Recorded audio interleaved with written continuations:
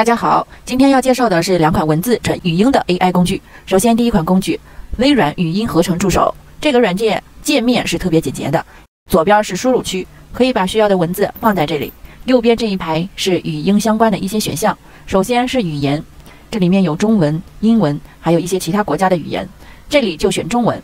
下面的语言选项可以选择不同的发音角色，大家可以按照自己的需求去选取。语音风格这里可以给语音添加一种对应的氛围或者是情感。再往下就是语速、音调以及音量，一般情况下也不需要去修改。我们点一下试听，看一下语音的效果。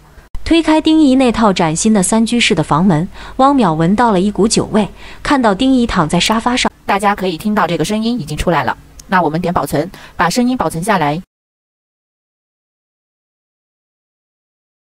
推开丁仪那套崭新的3居室的房门，汪淼闻到了一股酒味，看到丁仪躺在沙发上，效果还不错，但它有一个很大的问题，如果需要转换的文字有很多的话，就有很大几率会失败。我复制一下这边的文字，多贴几行。现在有2000字，点试听看一下会发生什么。我们可以看到合成失败了。一旦失败一次之后的一段时间，这个工具就彻底无法使用了。遇到这种情况只能等多久不好说。从总体来看，这个工具还是可以用的。它的语言角色里面有几个声音特别像真人，这是它很大的一个优势。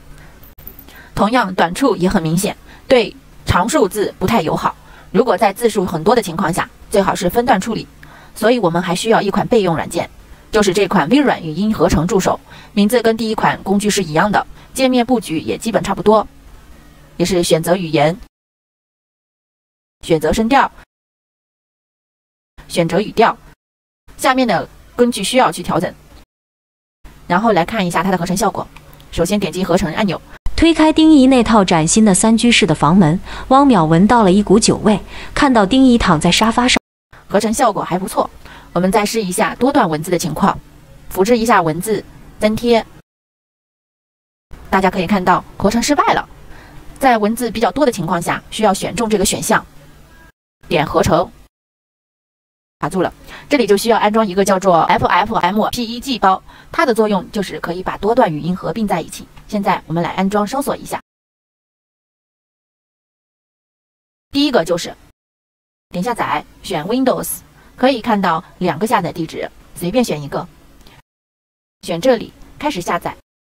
下载完了解压缩，点击文件夹找到 B， 将这个路径复制下来，回到桌面，右键选属性，最下面的关于，右边选高级系统设置，点环境变量，选中，编辑，新建一个，把路径复制进来，确定，然后按住 Win 加 R， 输入 CMD， 在窗口输入 FFmpeg， 回车，这样就可以了。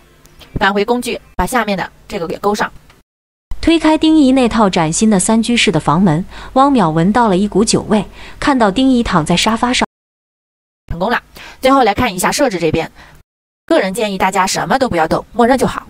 这个重试次数，如果数值大的话，会直接卡死闪退，不过不要紧，总体来说还是很好用的。